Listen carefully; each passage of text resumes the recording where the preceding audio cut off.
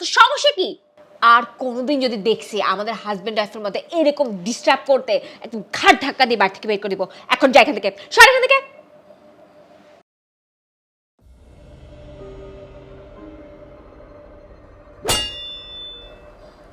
আচ্ছা, শোনো না, থাক, বাদ দাও তো।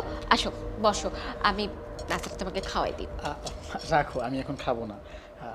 তুমি রেখে দাও। কেন? আমি এত শখ করে নিজ হাতে নাস্তা বানিয়েছি আজকে সকাল সকাল। প্লিজ খাও না, ওই প্লিজ। প্লিজ রাতে খাবো, হ্যাঁ ভালো লাগছে না। আমি আসি, বাই। আজকেও পারলাম না, মিস হয়ে গেল।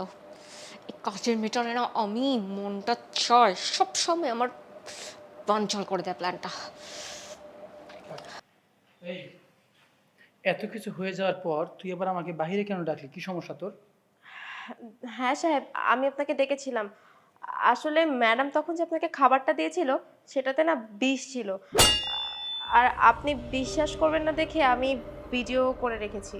তোর মাথা ঠিক আছে? তুই কি বলছিস বাবুল তাবল? ও আমার স্ত্রী, ও কেন আমাকে বিষ দেবে খাবারে? হ্যাঁ, তুই সামান্য একটা কাজের মেয়ে হয়ে তুই এসব কথা কিভাবে বলতে পারোস? সাহেব, আমি নিজ কানে শুনেছি এবং নিজ চোখে দেখেছি। আর আপনি বিশ্বাস করবেন না তাই আমি ভিডিও করে এনেছি। ভিডিও? কিসের ভিডিও? দেখি, দেখা ভিডিও।